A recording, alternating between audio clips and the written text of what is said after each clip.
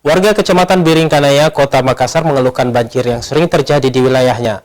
Anggota DPRD Sulsel, Haidar Majid, memastikan persoalan tersebut akan segera ditindaklanjuti dengan melibatkan pihak-pihak terkait.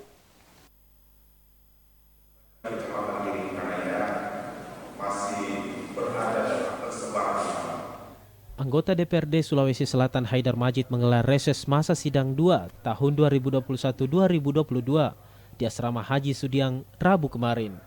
Pelaksanaan reses ini dihadiri sejumlah tokoh masyarakat dan warga Kecamatan Biringkanaya, Kota Makassar. Kegiatan berlangsung dengan penerapan protokol kesehatan yang ketat.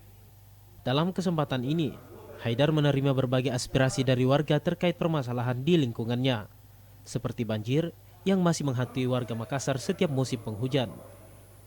Legislator Partai Demokrat ini memastikan akan menindaklanjuti persoalan yang menjadi keluhan masyarakat. Ia berjanji akan memperjuangkan aspirasi dari warga dengan melibatkan pihak-pihak terkait. Banyak bersoal di soal infrastruktur dan terutama sekali bagaimana kita bisa mengatasi persoalan yang terjadi dari tahun ke tahun, yaitu banjir dan genangan air. Dan saya punya tanggung jawab konstitusional dan moral untuk bagaimana memperjuangkan aspirasi dan kepentingan mereka untuk bisa segera mengkomunikasikan ini kepada pihak-pihak yang berkompeten.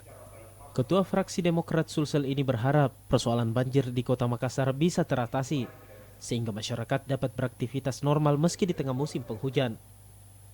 Sebelumnya Haidar Majid menggelar reses di 5 kecamatan di Kota Makassar yang menjadi daerah pemilihannya. Di antaranya Kecamatan Biringkanaya, Tamalan Rea, Manggala, dan Kecamatan Panakukang. Wahyu Saputra, Celebes TV.